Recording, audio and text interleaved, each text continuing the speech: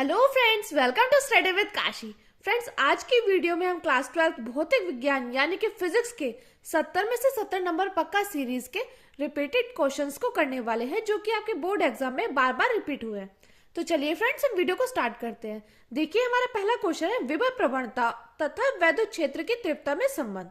तो सबसे पहले आपको विभव प्रवणता के बारे में पता होना चाहिए और दूसरा आपको वैद्युत क्षेत्र की तीव्रता के बारे में पता होना चाहिए। तो चलिए फ्रेंड्स, हम अपने इस क्वेश्चन को देखते हैं। तो देखिए, विभव प्रवणता और वैद्युत क्षेत्र की तीव्रता में संबंध।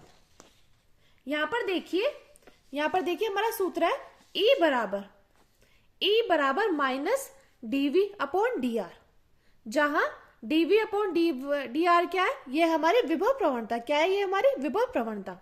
अब देखिए डीवी अपॉन डी आर, तो देखिए यहाँ पे था E बराबर minus dV upon d r, यानी कि वैद्युत क्षेत्र की तीव्रता बराबर माइनस विभव प्रवणता। अब देखिए, हम इसको डीवी बाई डी आर को इधर ला सकते हैं और इसी को यहाँ पे ला सकते हैं। तो इस प्रकार ये क्या हो गया? ये विभव प्रवणता बराबर माइनस वैद्युत क्षेत्र की तीव्रता। तो अब हम लिखते हैं, अतः स्पष्ट है कि विभव प्रवणता का मान वैद्युत क्षेत्र की तीव्रता के ऋणात्मक मान के बराबर होता है। तो फ्रेंड्स, हमारा इसमें विभव प्रवणता और वैद्युत क्षेत्र की तीव्रता में ये संबंध है कि विभव प्रवणता का मान वैद्युत क्षेत्र की तीव्रता के ऋणात्मक मान के बराबर होता है। देखिए, अब हम अपने अगले क्वेश्चन को देखते हैं, जो कि दिया गया है संधारित्र में दूसरी प्लेट का क्या कार्य होता है, कि संधारित्र में दूसरी प्लेट का क्या कार्य होता है। तो देखिए, देख लीजिए, हमने मान लिया, देखिए संधारित्र में मैंने आपको पढ़ाया हुआ है। तो संधारित्र में कितनी प्लेट होती है? दो, जिसमें यहाँ पे क्या होता है? यहाँ पे होता है प्लस चार्ज पहली प्लेट में। दूसरी प्लेट में देखिए, दूसरी प्लेट में यहाँ पे क्या होता है? माइनस चार्ज, और यहाँ पे होता है प्लस चार्ज। और इसमें क्या होती है? इसमें धारा प्रवाहित होती है। तो देख लीजिए, समांतर प्लेट संधारित्र में दूसरी प्लेट पहली प्लेट के चालक आधार का काम करती है। तो ये बात बहुत इंपॉर्टेंट है, ये आपसे मल्टीपल चॉइस क्वेश्चन में पूछ लिया जाएगा कि समांतर प्लेट संधारित्र में दूसरी प्लेट का क्या काम करती है। तो चालक आधार का काम करती है, ऑप्शन में होगा। तो देखिए, समांतर प्लेट संधारित्र में दूसरी प्लेट पहली प्लेट के चालक आधार का काम करती है। अब देखिए, जब प्लेटों के बीच से विद्युत प्रवाहित की जाती है, यानी कि हम प्लेटों के बीच में क्या करेंगे? विद्युत धारा प्रवाहित करेंगे, तो एक प्लेट धनात्मक तथा दूसरी ऋणात्मक आवेशित हो जाती है। क्या हो जाती है? एक प्लेट तो हमारी धनात्मक हो जाती है और दूसरी प्लेट हमारी ऋणात्मक आवेशित हो जाती है। इससे बड़ी मात्रा में संधारित्र में आवेश का संचयन होता है, यानी कि इससे बड़ी मात्रा में संधारित्र में आवेश क्या हो जाता है? इकट्ठा हो जाता है। तो देखिए फ्रेंड्स, समांतर प्लेट, हमारा जैसे क्वेश्चन क्या था? हमारा क्वेश्चन था कि समांतर संधारित्र में दूसरी प्लेट का क्या कार्य होता है। तो देखिए, दूसरी प्लेट का क्या कार्य होता है? पहली बात देखिए, समांतर प्लेट संधारित्र में दूसरी प्लेट पहली प्लेट के चालक आधार का काम करती है। किसका काम करती है? ये हमारा चालक आधार का काम करती है। अब देखिए दूसरी बात, जब संधारित्र की प्लेटों के बीच से विद्युत धारा प्रवाहित की जाती है, तो एक प्लेट धनात्मक और दूसरी प्लेट ऋणात्मक आवेशित हो जाती है। और देखिए, इससे बड़ी मात्रा में संधारित्र में आवेश का संचयन हो जाता है, यानी कि हमारा आवेश जो है इकट्ठा हो जाता है। अब देखिए, हमारा अगला क्वेश्चन है 8 मिली हेनरी स्वप्रेरकत्व वाली कुंडली में 2 एम्पियर धारा है। कुंडली के भीतर चुंबकीय क्षेत्र में कितनी ऊर्जा संचित होती है? तो फ्रेंड्स, हमारे फिजिक्स में न्यूमेरिकल 30% आते हैं और हमारी थ्योरी कितने परसेंट आती है? ये आती है 70%। तो फ्रेंड्स, ये न्यूमेरिकल में मोस्ट इंपॉर्टेंट है, ये आपके बोर्ड परीक्षा में आए हुए क्वेश्चंस लिए मैंने। तो देखिए, हम इसको सॉल्व करते हैं। देखिए, यहाँ पे है 8 मिली हेनरी। क्या है यहाँ पे? यहाँ पे 8 मिली हेनरी, यानी कि एल क्या है? स्वप्रेरकत्व। इसको किससे प्रदर्शित करते हैं? इसको एल से प्रदर्शित करते हैं। तो ये क्या है? ये हमारी 8.0। अब देखिए, यहाँ पे मिली, तो मिली को हटाने के लिए हम क्या करेंगे? इसकी गुणा 10 की पावर -3 से कर देंगे। और अब क्या लिखेंगे? अब लिखेंगे हम हेनरी। अब देखिए, अगला क्या दिया गया है? कुंडली में 2.0 एम्पियर धारा है। तो धारा को किससे प्रदर्शित करते हैं? आई से। तो 2 एम्पियर क्या है? हमारी धारा। अब देखिए हमारे क्वेश्चन में आगे क्या बोला गया है। आगे बोला गया है कि कुंडली के भीतर चुंबकीय क्षेत्र में कितनी ऊर्जा संचित है, यानी कि कुंडली के भीतर चुंबकीय क्षेत्र में कितनी ऊर्जा संचित है। तो कुंडली में संचित ऊर्जा यहां पे लिखेंगे कुंडली में संचित ऊर्जा, संचित ऊर्जा, ऊर्जा को किससे प्रदर्शित करते हैं, यू से। और हमारा फॉर्मूला क्या होता है, हाफ LI²। ये फ्रेंड्स हमारा क्या होता है, हमारा सूत्र होता है। अब हम क्या करेंगे, ये L और I की वैल्यू किसमें पुट कर देंगे हम, हमारे सूत्र में। तो देखिए L का मान कितना था 8.0 10 की पावर -3। अब देखिए I का स्क्वायर है यानी कि 2 का स्क्वायर। अब देखिए हम क्या करेंगे, हम क्या करेंगे, इसको इससे काट देंगे। ये कितने बार में जाएगा, 2 चौक 8, तो 4 गुणा 10 की घात -3 गुणा 2 दूनी कितने होते हैं, 4 होते हैं। अब 4 की गुणा हम 4 से करेंगे तो कितना आ जाएगा, 16 गुणा 10 की घात 3, ये आ जाएगा जूल। तो ये फ्रेंड्स हमारा इस क्वेश्चन का फाइनल आंसर हो जाएगा। मैं उम्मीद करती हूँ आपको ये न्यूमेरिकल अच्छे से समझ में आया होगा। हमने इसमें ज्यादा कुछ नहीं किया, हमने बस क्वेश्चन को पढ़ा है। इसमें हमें स्वप्रेरित्व दिया गया था जो कि L है, और हमें धारा दी गई थी जो कि I है। अब हमसे क्या पूछा गया, कुंडली में संचित ऊर्जा बताइए। तो इसका फॉर्मूला होता है U बराबर हाफ LI²। तो हमने क्या करा, ये सभी वैल्यू इस सूत्र में हमने पुट कर दी। तो हमारा 16 गुणा 10 की घात -3 जूल आंसर आ चुका है। देखिए अब हमारा अगला क्वेश्चन दिया गया, इलेक्ट्रॉनों के शांति काल पर तापक्रम के प्रभाव की व्याख्या करो, यानी कि इलेक्ट्रॉनों के शांति काल पर तापक्रम के प्रभाव की व्याख्या करो। तो चलिए फ्रेंड्स हम व्याख्या करते हैं। अब देखिए हम लिखते हैं पहला पॉइंट, ताप बढ़ाने पर धातुओं के इलेक्ट्रॉनों के शांति काल में क्या हो जाती है, कमी आ जाती है। यानी कि जब हम ताप बढ़ाते हैं, ताप बढ़ाने पर धातुओं के इलेक्ट्रॉनों के शांति काल में क्या आ जाती है, कमी हो जाती है। और देखिए ताप बढ़ने से मुक्त इलेक्ट्रॉनों की औसत गतिज ऊर्जा क्या हो जाती है, बढ़ जाती है। पहला पॉइंट देखिए, ताप बढ़ाने पर धातुओं के इलेक्ट्रॉनों के शांति काल में क्या हो जाती है, कमी हो जाती है। अगला देखिए, अगला है ताप बढ़ने से मुक्त इलेक्ट्रॉनों की औसत गतिज ऊर्जा क्या हो जाती है, हमारी बढ़ जाती है। इससे इनके धनायनों से टकरों की संख्या क्या हो जाती है, बढ़ जाती है। इससे इनके धनायनों यानी कि प्लस चार्ज से टकरों की संख्या क्या हो जाती है, बढ़ जाती है। तो फ्रेंड्स ये हमारा मोस्ट इंपोर्टेंट क्वेश्चन है जो भी मैं ये करा रही हूँ, ये आपकी बोर्ड परीक्षा में रिपीट हुए हैं। अगला देखिए, अगला क्वेश्चन क्या दिया गया है। अगला क्वेश्चन है, m द्रव्यमान के कण के साथ जुड़ी डी ब्रोगली तरंग दैर्ध्य लैम्डा का संबंध इसके गतिज ऊर्जा k के पदों में लिखी।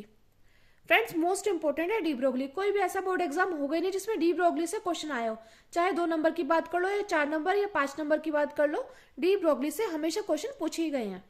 तो देखिए हम पहले क्या करेंगे, हमें पता है कि डी ब्रोगली तरंग दैर्ध्य का सूत्र क्या होता है, लैम्डा बराबर H/mv। ये हमारा डी ब्रोगली तरंग दैर्ध्य का सूत्र है। अब हम क्या करेंगे, हमें क्या पूछा गया है, गतिज ऊर्जा के पदों में लिखिए। यानी कि गतिज ऊर्जा हमें पता है कि बराबर हाफ mv²। तो देखिए यहाँ पे हमने क्या लिया, यहाँ पे हम v का मान लेंगे क्योंकि डी ब्रोगली तरंग दैर्ध्य में हमारा सूत्र है लैम्डा बराबर H/mv। तो देखिए ये हमारा सूत्र है। तो यहाँ से हमें क्या करना है, v का मान निकालना है। तो देखिए हम क्या करेंगे, इस k को हम 2 के पास ले जाएंगे और इस m को हम यहाँ पे नीचे ले जाएंगे। अब देखिए v² है, यहाँ पे देख लीजिए हमने कैसे इसका मान निकाला। हम मान लेते हैं हाफ बराबर mv² बराबर k, जिसमें कि ये mv² बराबर 2 के साथ चला जाएगा हमारा k। अब देखिए यहाँ पे क्या है, यहाँ पे हमारा v²। अब देखिए ये इसके साथ गुणा में, तो ये बराबर के दूसरी तरफ जाएगा तो किस में हो जाएगा, ये हमारा भाग में चेंज हो जाएगा। इतना आया। जब v² था, हमें स्क्वायर हटाने के लिए हम क्या करेंगे, √2k बटे में m ये कर देंगे।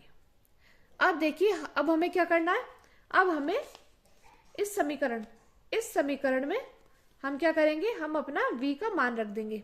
तो देखिए हमने v का मान रखा, देखिए जैसे हमने v का मान रखा h बराबर लैम्डा बराबर h, यहाँ पे था हमारा m और हमारा v का मान कितना था, v का मान था हमारा 2km।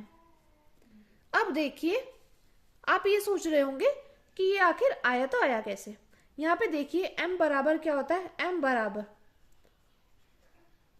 रूट एम गुणा रूट एम। रूट एम की गुणा रूट एम से करेंगे तभी हमारा m बनकर आएगा।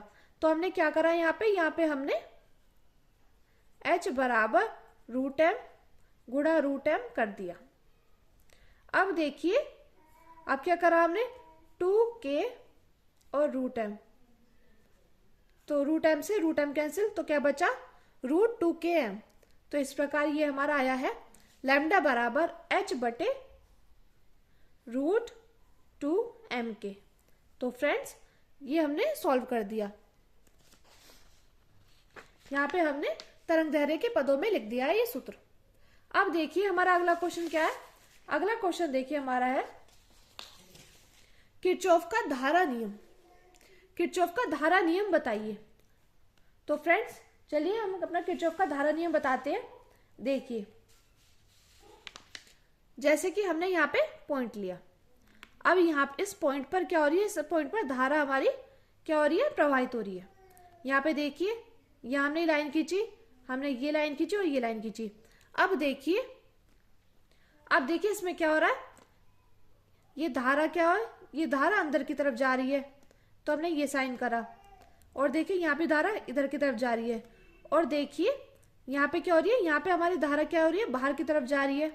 यहाँ पे भी धारा हमारी बाहर की तरफ जा रही है, और यहाँ पे भी धारा हमारी अंदर की तरफ जा रही है। देखिए जो धारा हमारी अंदर की तरफ जा रही है उसको हम क्या करेंगे, उसको हम प्लस मिलेंगे, और जो धारा हमारी बाहर की तरफ जा रही है उसको हम क्या करेंगे, माइनस मिलेंगे। तो चलिए हम लिखते हैं। अब ये देखिए I1 क्या है, हमारी अंदर की तरफ जा रही है। I2 कहाँ जा रही है, I2 हमारी अंदर की तरफ जा रही है। अब देखिए यहाँ पे I3, तो माइनस I3, यहाँ पे माइनस इसलिए करेंगे क्योंकि ये धारा क्या है, बाहर की तरफ जा रही है। अब देखिए इसी प्रकार हमारा माइनस I4। अब देखिए I5 देखते हैं हम, ये हमारा अंदर की तरफ आ रही है, तो इसको हम प्लस लेंगे, प्लस I5। तो इनका बीजगणितीय योग कितना होता है, 0 होता है, ये हमें मालूम है। अब हम क्या करेंगे, I1 I2 और I5 को एक जगह ले लेंगे। I1 plus I2 plus I5 बराबर, अब देखिए यहाँ पे क्या करेंगे हम, यह है माइनस का I3, तो बराबर के दूसरी तरफ जाएगा, प्लस का I3 हो जाएगा। और देखिए यहाँ माइनस का I4 है, तो बराबर के दूसरी तरफ जाएगा तो I4 हो जाएगा। तो फ्रेंड्स ये था हमारा किरचॉफ का धारा नियम। अब देखिए हम अपने अगले क्वेश्चन को देखते हैं, जो कि दिया गया है। अब देखिए 1.5 गुणा 10 की घात -3 कूलाम आवेश पर 2.25 न्यूटन का बल कार्य करता है। उस बिंदु पर वैद्युत क्षेत्र की तीव्रता ज्ञात करो। तो हमें क्या करना है, हमें यहाँ पे वैद्युत क्षेत्र की तीव्रता निकालनी है। तो देखिए हमें क्या दिया गया, हमें यहाँ पे दिया गया आवेश। तो जो हमें दिया गया हम पहले वो लिख लेते हैं। यहाँ पे हम लिखते हैं आवेश बराबर 1.5 गुणा 10 की घात -3 कूलाम, हमें ये दिया गया। अब आगे हमें क्या दिया गया, आगे हमें 2.25 न्यूटन का बल कार्य करता है। तो हमें क्या दिया गया है, यहाँ पे हमें F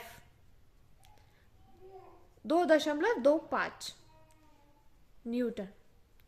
अब देखिए अब हमसे क्या पूछा गया, वैद्युत क्षेत्र की तीव्रता यानी कि E हमसे क्या करा गया, पूछा गया है।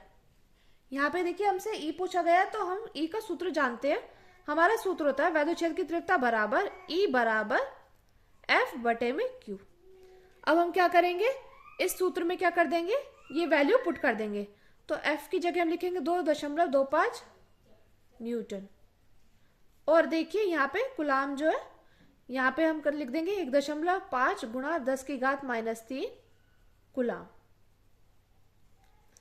अब देखिए ये हमारा इससे कितनी बार में जाएगा, ये जाएगा हमारा 1.5 बार में।